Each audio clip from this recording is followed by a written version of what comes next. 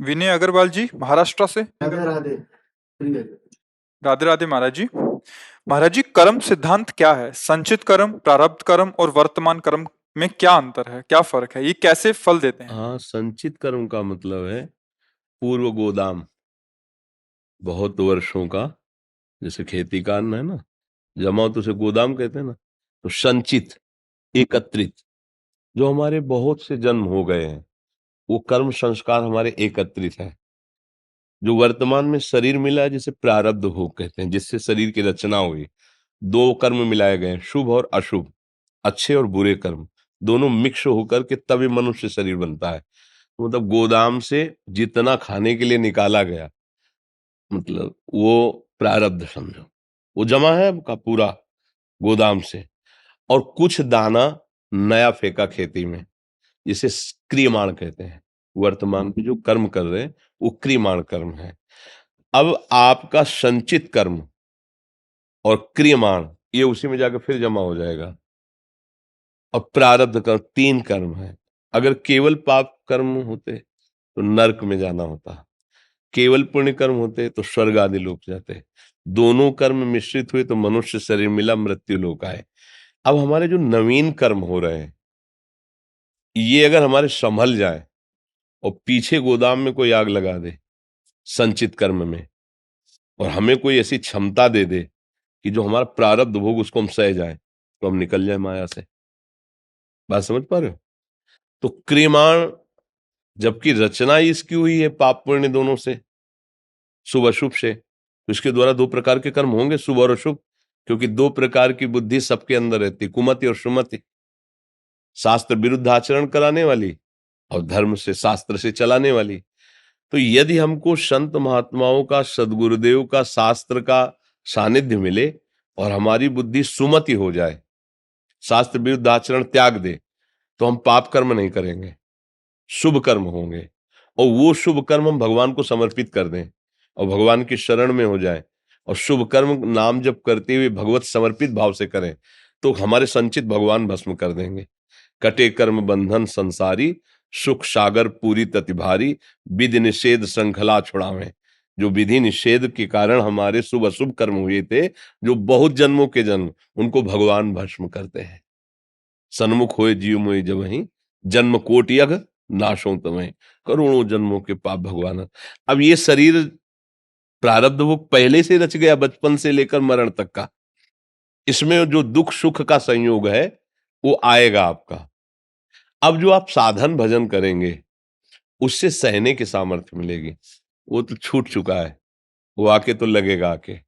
चाहे देखो बड़े बड़े महात्मा जन है, कैंसर हो जाता है, बड़े कष्ट पाते हैं, और जीवन में कोई पाप नहीं किया, तो वो पूर्व का जमा हुआ कर्म है, जो इस देह की रचना हो गई थी। जैसे इस देह में गर्भ से ही माँ के वो पॉलिसिस्ट किडनी एक रोग होता है, छोटी छोटी सिस्ट किडनी में होते हैं, माँ के गर्भ से ही। 35 वर्ष की अवस्था में उसका प्रकाश हुआ, तो उनका ये वंशानुगत रोग है। ये प्राय 1000 आदमियों में एक को होता है, वंशानुगत।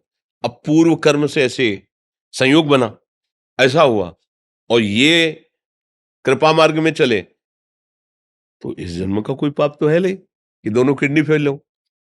अब क्या हुआ कि भजन जो इस मार्ग में, उसने सहने के सामर्थ्य दे दी।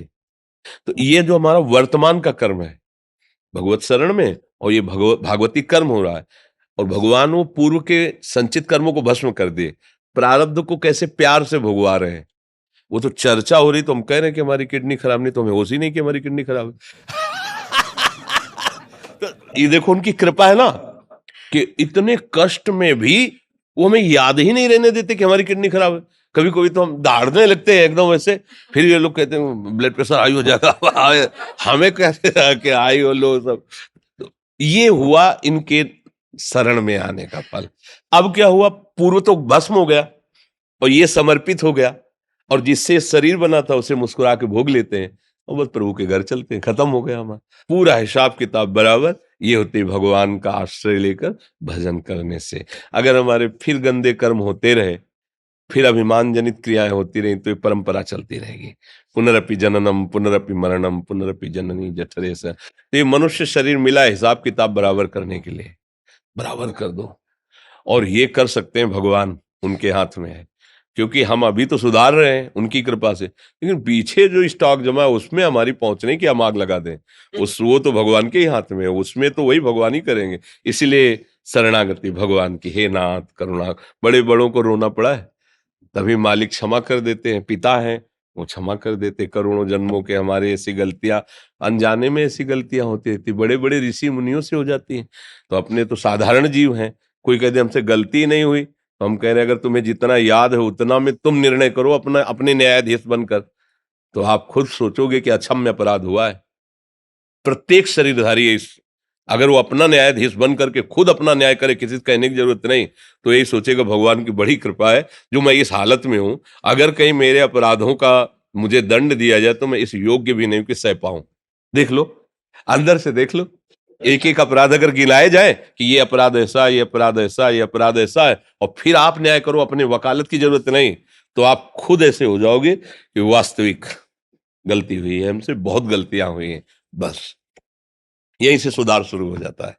अब लो नशानी अब नानन, भगवान बहुत गलतियां हो गई, अब सुधार करना चाहता हूं, आप मुझे बल दीजिए, आप मुझे रास्ता दीजिए, तो भगवान उसे रास्ता दे देते हैं। ये जैसे आप लोग आए, भगवान की कृपा हुई आपकी, तब आप हमारे धाम आए हैं।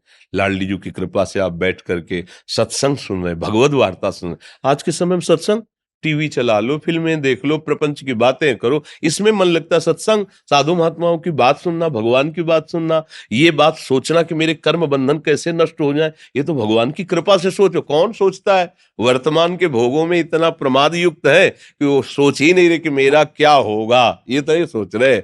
दूसरे को दुख देकर आज तक कोई सुखी नहीं हुआ, दूसरे को सुख देने वाला कभी दुखी नहीं हुआ।